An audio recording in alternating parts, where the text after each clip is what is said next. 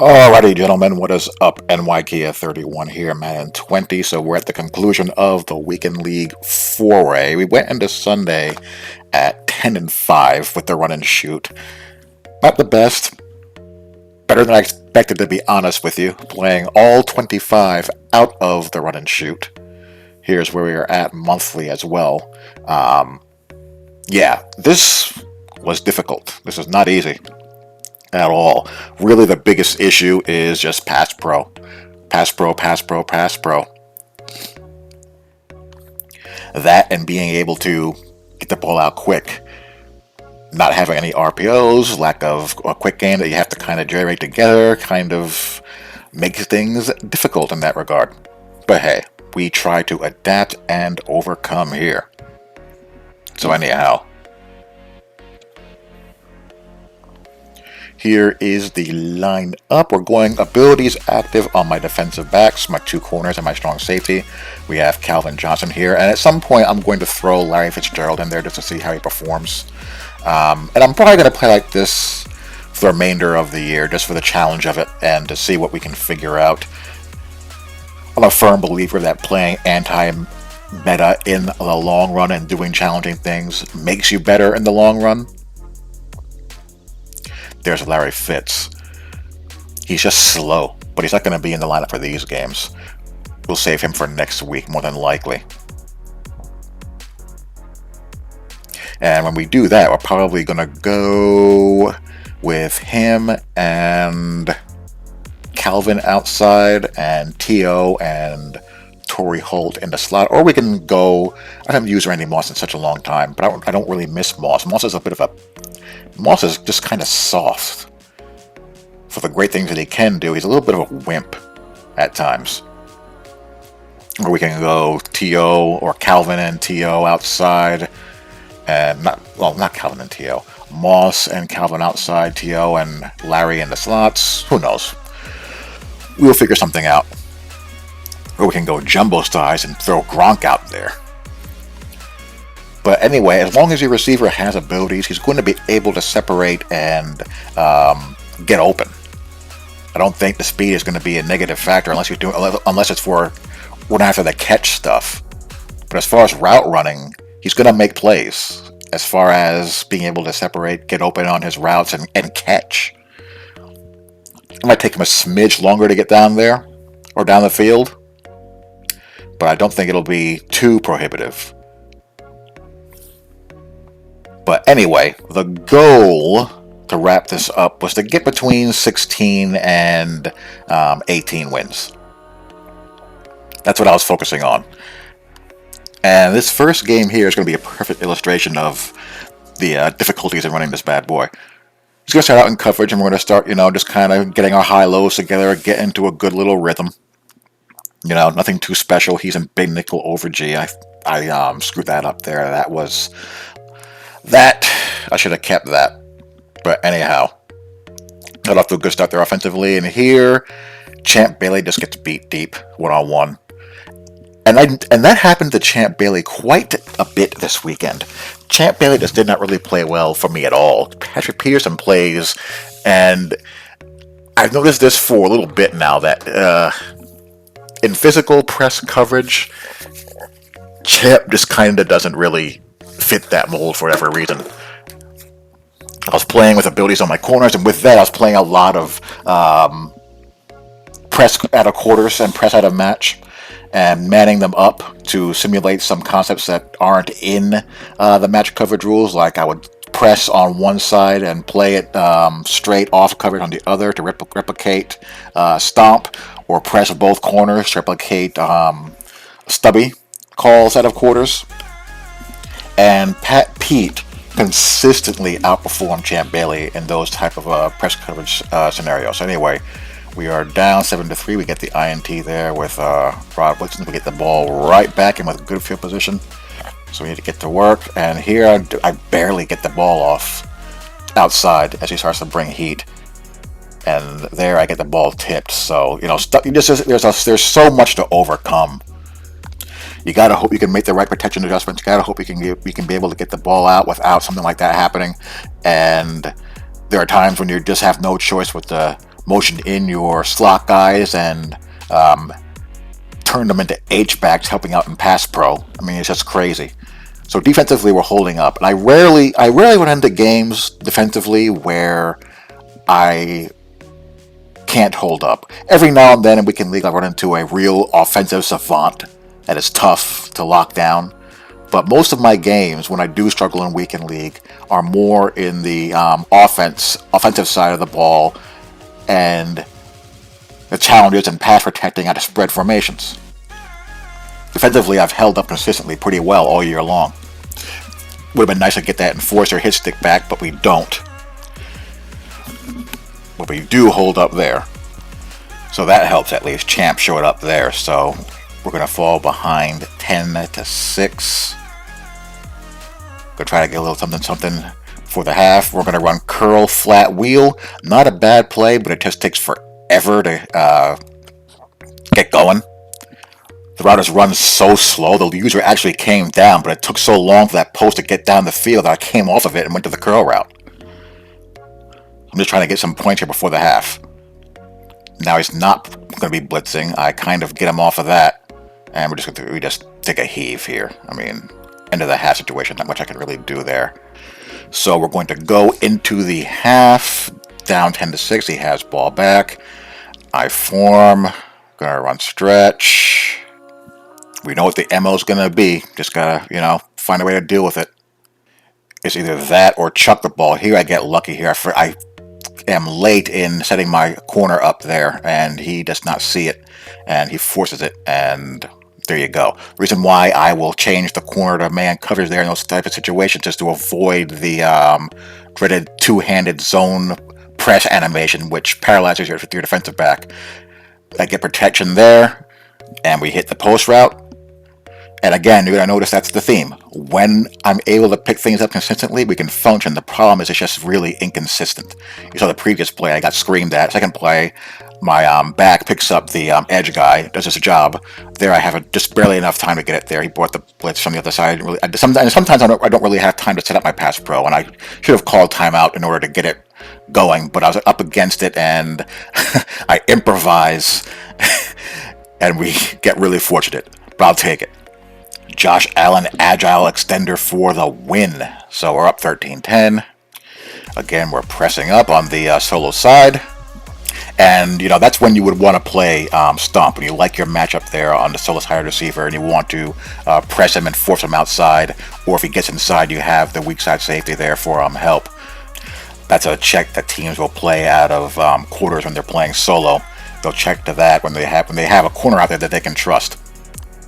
And then play two read on number 2 and number 3 on the trip side with the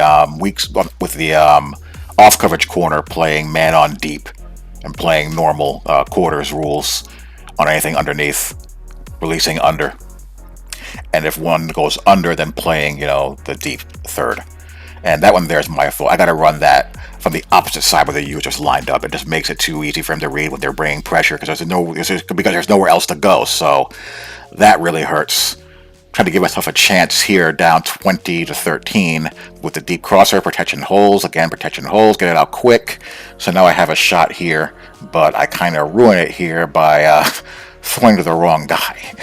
No, we first take a shot here outside to TO, and we have a shot at it, but we don't come down with it. I'm amazed that he left himself one-on-one there, and there I wanted to go outside again, but whatever. So the game is over.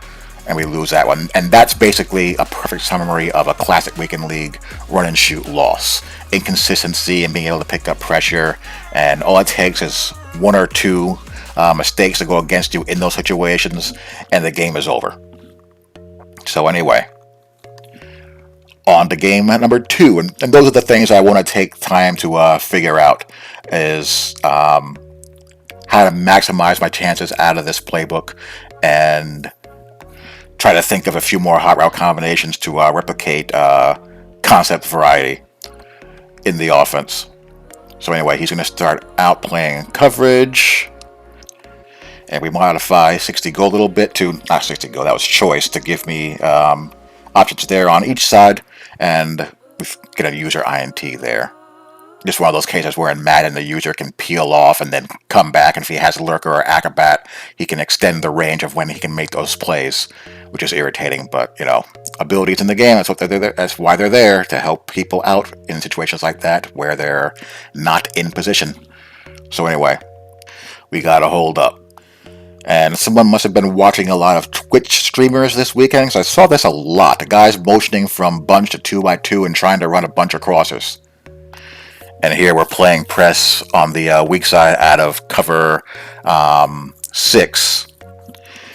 That is what's called clip, where you play cloud on the trip side and man press on the solo. And that's really what cover 9 is intended to be. But the default alignment is off coverage, of course.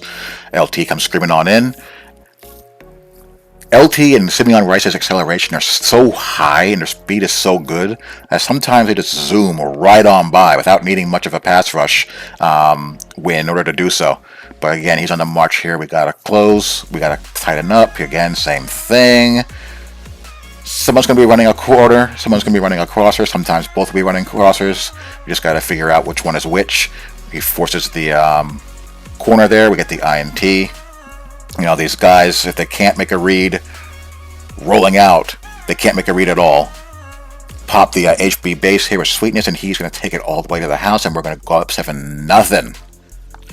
Let's go. Let's take the lead and not look back. Now, this is predictable. When the passing game struggles out of the shotgun, they go back to Thottery. Now he's going to be back in bunch. And here I just play straight cover 2 sink. And what is the corner doing? That is awful.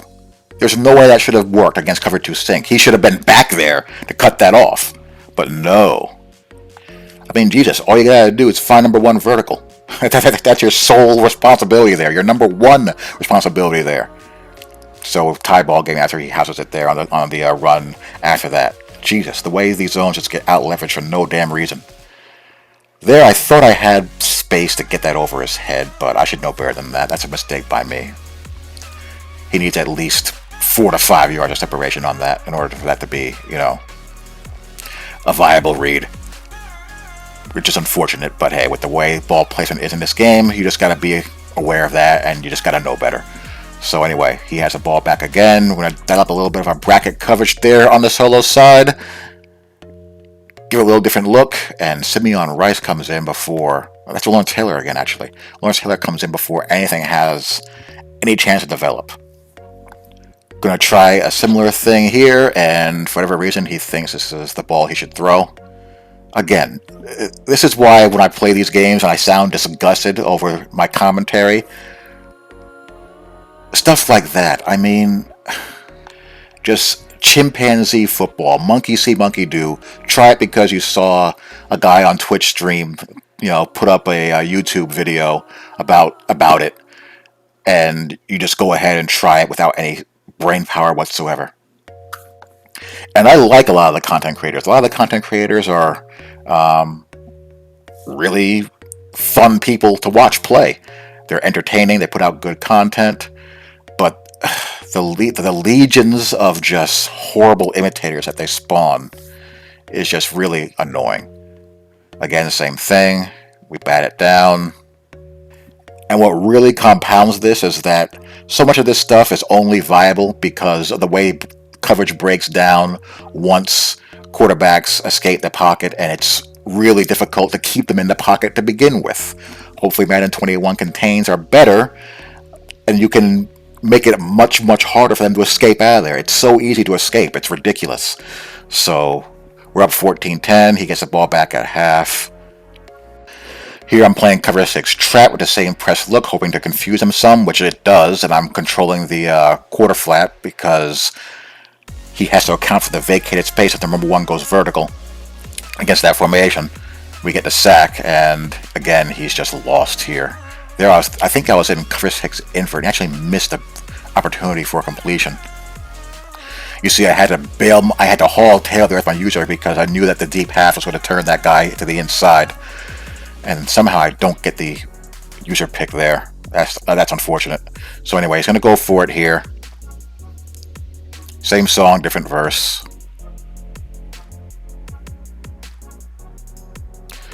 Is he going to be running a corner? Yes, he is. We're on it. And Pat P holds up. Pat P is so good. So good. I'm really considering replacing Champ Bailey with the power-up expansion Antonio Camardi. I still have Camardi floating around there in my binder, so it's not going to cost me anything. Just, points in training to power up to 99. I just don't like how Champ performed this weekend at all. Try to pop a little inside zone read keeper there. Again, Lurker, he's 4 to 5 yards behind him, and he's able to just jump up and pick it off. That was a touchdown. But I feel pretty good. I feel pretty good with how I'm containing him with my defense, so just a matter of just keeping it up.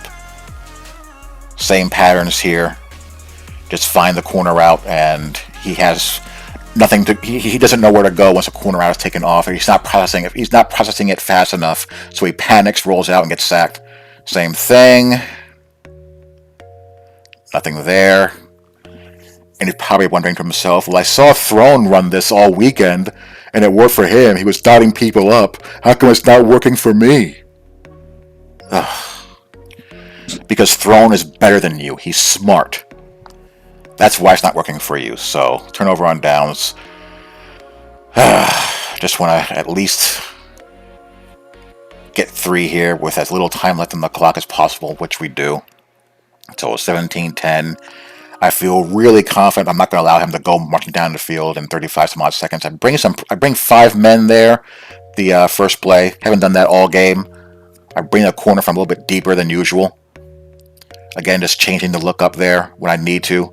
Same thing here, and we get the user INT, and that's going to be the ball game. So we rebound from just an awful game, the first game, and we execute much better on both sides of the ball, and we're able to get it done. So we even up the record for the day. And really, I did not play well Sunday at all. It was really some of the worst Madden I've played execution-wise in, many weeks. It just wasn't there. You ever have days like that where it's just not clicking and you're just not playing well? That was me throughout this Sunday session. Anyway, gonna go marching with Bo Jackson. And this is really one of those games that makes me understand why people played 3-4 so much. You just run into games out of the 4-3 where your run defenders, they don't fit anything. They don't come off blocks, they don't pursue, they get caught up in traffic. And your 9 guys in run fits might as well be 0 guys in run fits. Tries to run play action pass there. I knew what play was coming there. He tried to run a quarter speeder there with that post route, eating up the safety. He tried to try to debate one of the square ends, but I guess wrong. That'll happen. So, he's got a good drive going. I missed a tackle there in the hole. And he's going to score a few plays later, so. We're behind early. We got to answer. Looking to see what he comes out in here. He actually comes out as a man coverage. So we hit the deep comeback there on the right side. We're attacking the sidelines here. That's what he's given me, so we're taking it. Now we're going to go down the seams as he takes those away, and we hit DJ Moore there with a possession catch. Barely squeeze that in there. So knocking on the door, and we kick it in. So just like that, we tie it up. Just bink, bink, bink right down the field. The degenerate loser was playing with 2 clock on, so that basically took up the entire first half. So we get the ball back. A nice little laser there by Josh Allen. He brings some pressure from depth. We hit the crosser. His user was committed to the trip side. And we're just going to get to 3 here. I want to get the lead. Don't want to take any chances of something Madden happening. So just kick it and, play defense. Now, if you want an explanation of what's wrong with Run D in this game, watch Taylor Mays in his run fit. Just stop.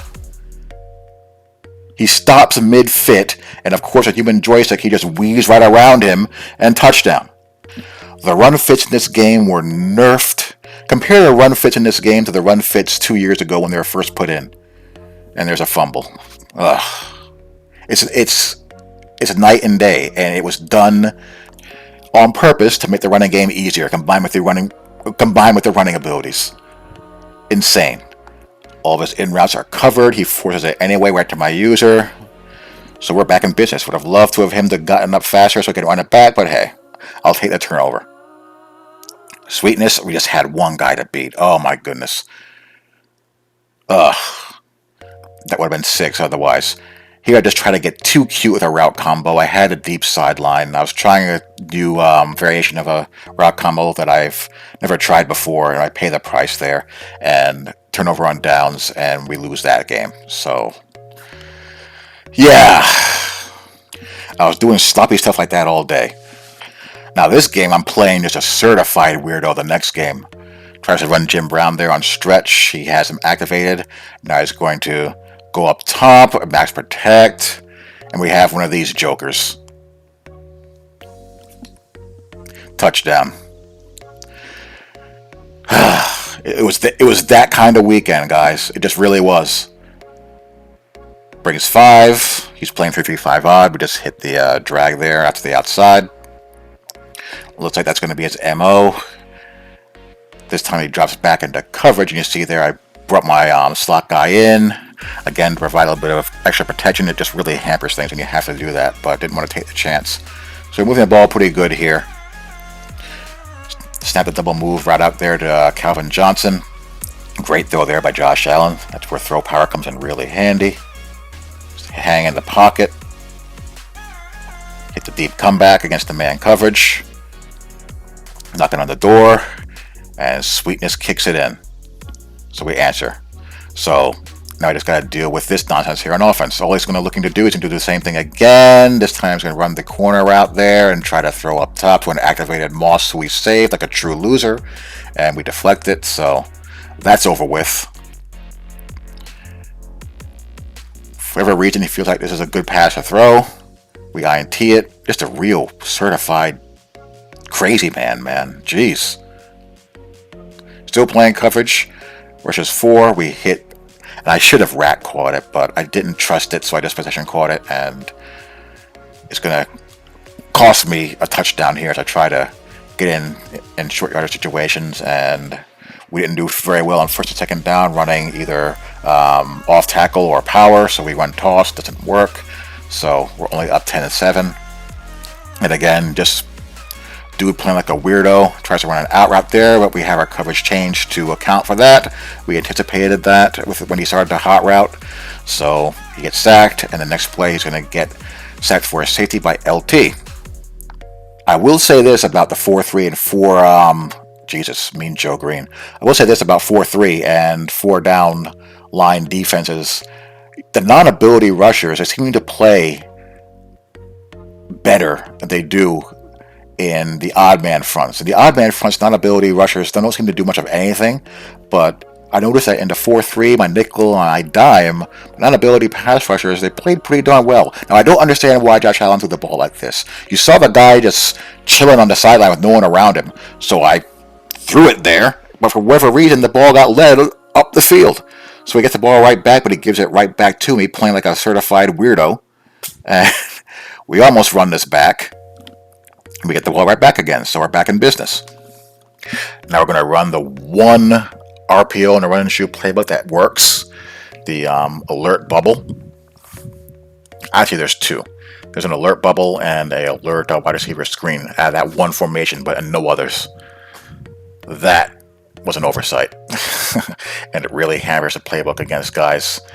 There's so much stuff that I want to do that I can't because I don't really have a viable RPO game to get people out of, crazy alignments.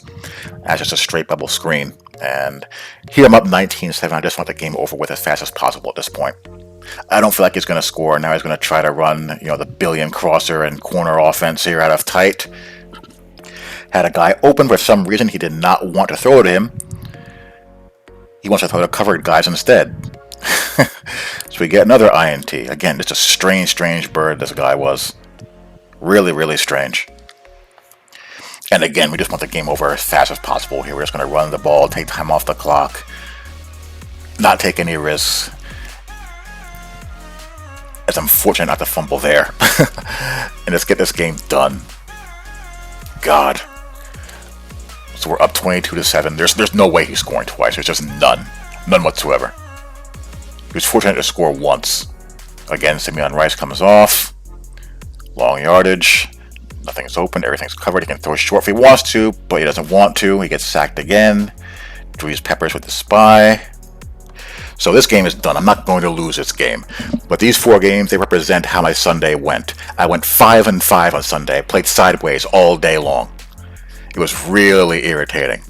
And I ended up, after a 10 and 5 start, going 15 and 10, which is bad. I usually win between 16 to 19 games in the weekend league, and we finished 15 and 10. But again, challenging playbook to run in weekend league. So we'll try to tinker with some things, and we'll try it again and see what happens. Talk to y'all later. Hope you guys enjoyed. Peace.